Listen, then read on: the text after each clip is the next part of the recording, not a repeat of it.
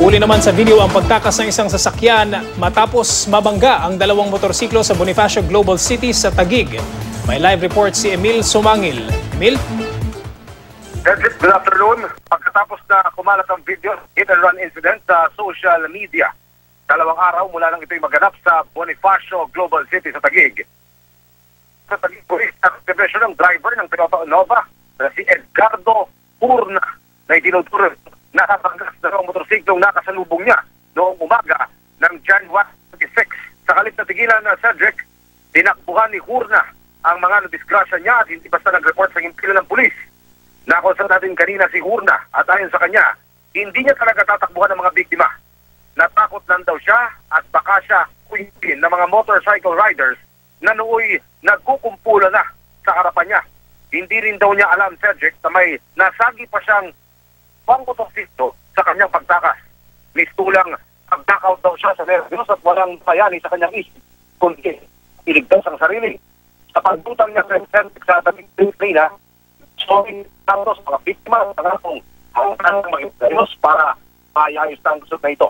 Dahil naman sa Taguig PNP, wala pa rin mangyayari sa kaso ng banggaan dahil hindi pa naman lumulutang ang mga rider ng motorsiklong na disgrasya at nabigurin ang traffic enforcer ng BGC na makakuha ang contact number maging ang address ng mga ito.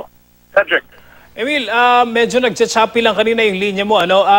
Nabanggit mo kanina, medyo natakot o pwede ba masabi na nagpanic itong nagda-drive ng SUV kaya siya biglang humarurot paalis dun sa scene?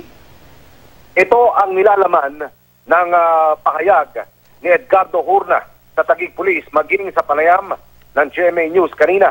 Kaya doon na umalis doon sa accident site ay dahil natakot siya dahil pinagkukumpulan na siya ng mga motorcycle riders, iniikutan na raw siya at kinakalampag yung kanyang hood.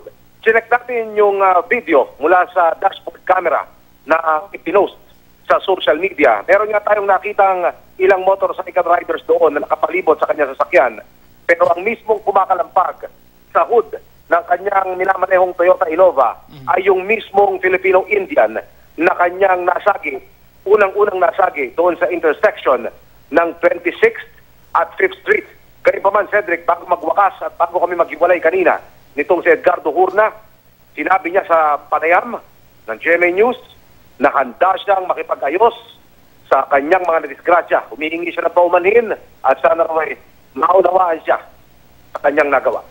Cedric. Yeah, Emil, nabanggit ba nung driver ng SUV o nung AUV kung na nakarating sa kanya na naging viral yung video na nakunan siya o yung sasakyan niya, or even if hindi naging viral yung video, may plano talaga siya na dumulog o kumbaga i-turn in yung sarili niya? Emil, nabanggit ba niya ito?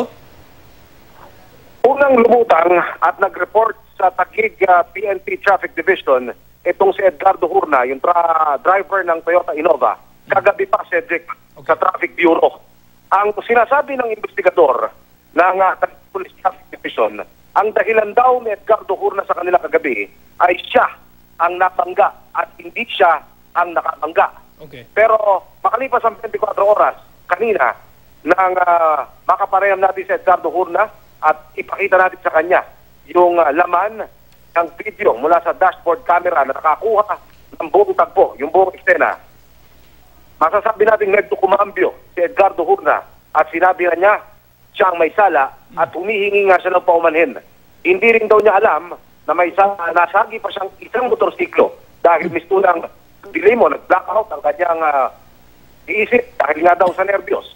Pero gaya nga nakakinabanggit kanina, Cedric, handa raw siya makipag-ayos sa kanyang mga disgrasya sa tulong na rin ng Taguig PNP. Cedric. Nabanggit mo kanina, Emil, sinabi ng mga pulis hindi pa umuusad yung kaso o yung complaint ngayon dahil in fact wala pang complainant. Tama ba, Emil? Ano yung panawagan ng pulis doon sa mga motorista na posibleng involved doon sa insidente, Emil? Ito ang nakikita pangunahing problema ngayon, Cedric, ng Taguig Police Traffic Division. Kung paano pauusarin yung kaso dahil yung mismong mga complainant, ang ibig ko bang sabihin ay dalawang motorcycle rider na nabangga ni Edgardo Hurna, yung driver ng Toyota Innova, ay hindi pa lumulutang sa Taguig Police.